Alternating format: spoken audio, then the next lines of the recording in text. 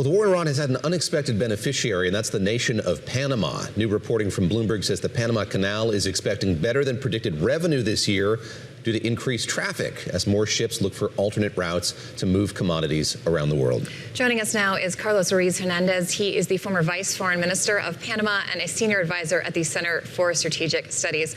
Carlos, it's nice to see you. I want to ask you, I mean, it's obviously been an interesting few years with the Panama Canal, but I want to talk first about what's happening now. I was reading from some of our own Bloomberg reporting that the canal is seeing as much as a 16% increase in traffic since the start of the Iran war conflict.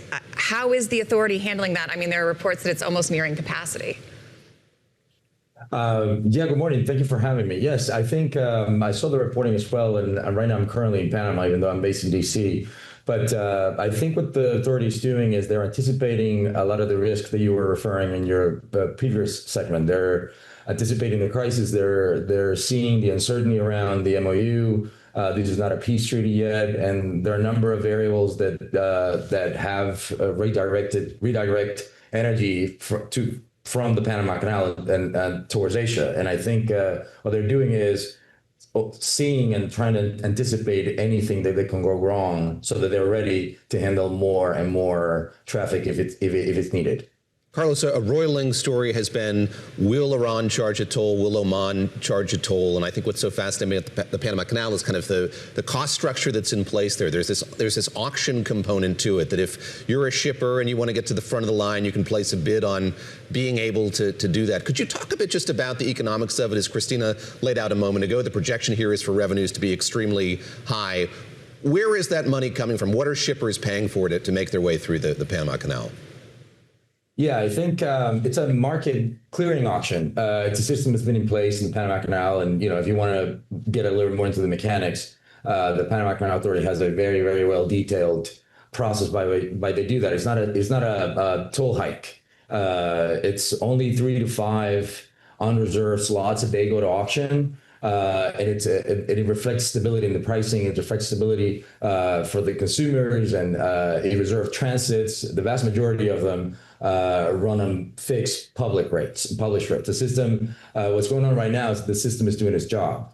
The Panama Canal. It's the whole premise of the business model is to be reliable. It's to sit neutral at geopolitical shocks like this one. I mean, Panama has nothing to do in this conflict. We're just here to absorb that shock. And I think that's exactly what the Panama Canal is. Even with all the publishing of the future infrastructure investment, the shippers, the community and the industry has always, when they use, if they're Panama Canal users, they always know that the system is there to help them if they need to. They have some deadlines. They have to get to the ports, or a port is closed, they have to reroute. So the system is precisely there to do those things. And so far, it has worked exactly as it's designed to do, as it was designed for this kind of shocks.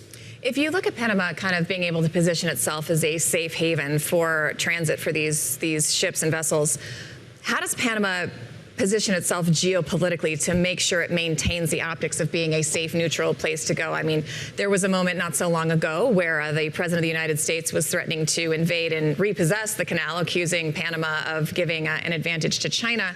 How does Panama balance its relationship between the U.S. and China? And now with everything going on the Gulf, what is Panama's relationships with that region as well? And is there anything you're looking towards making stronger ties with in the future?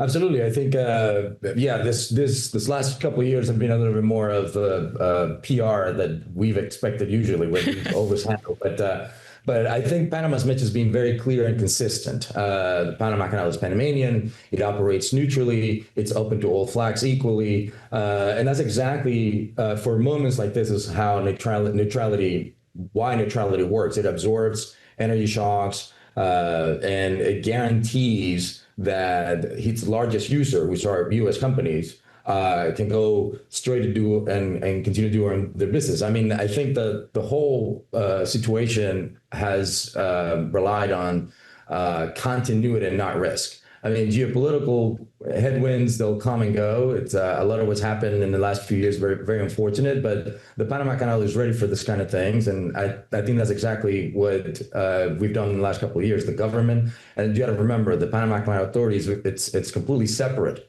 from the government, but both institutions work well.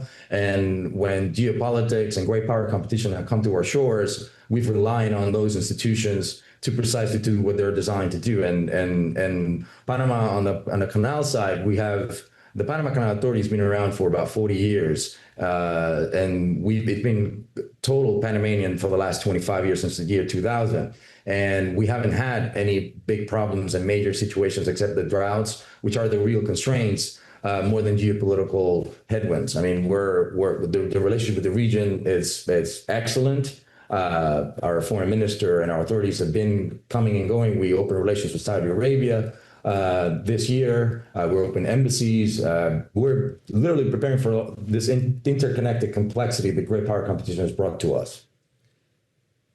Carlos, very quickly here, we've got 30 seconds. Let me just ask you, I know that Christina brought up the fact that President Trump made these threats against Panama. Has all of that been allayed? That's no longer an issue for Panama, and they're not facing that kind of pressure that they'd faced before?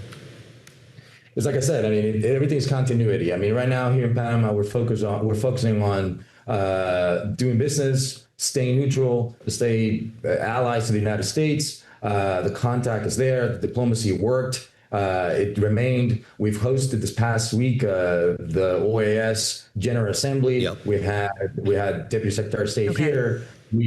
Yeah.